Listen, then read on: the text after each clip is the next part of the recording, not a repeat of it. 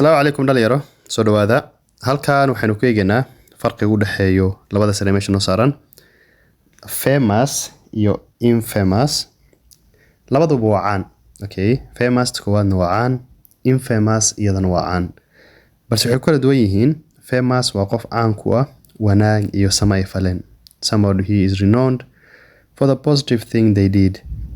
Infamous waxa qof caan ku ah bad or negative thing. Yes, wax xun ama negative wax ah.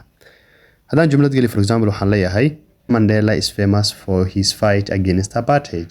Wuxuu yahay la dagaalankii halganka wadankiisa soo galay. Nelson Mandela waa caan South African ah.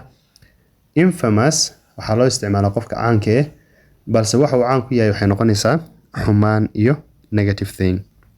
waxayna isku macno yihiin notorious.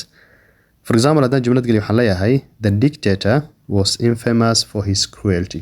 Keligii taliska wuxuu caan ku ahaa bilaa naxariistiisa, yani inuu bilaa naxariis ahaa ayuu caan ku ahaa ama ayuu caan ku noqday. Marka infamous ayaa lagu dhawaaqaa, stresskan waxaa saaraysaa fa. British iyo American labadaba waa isku mid dhawaaqooda infamous. Keep learning and have a wonderful day.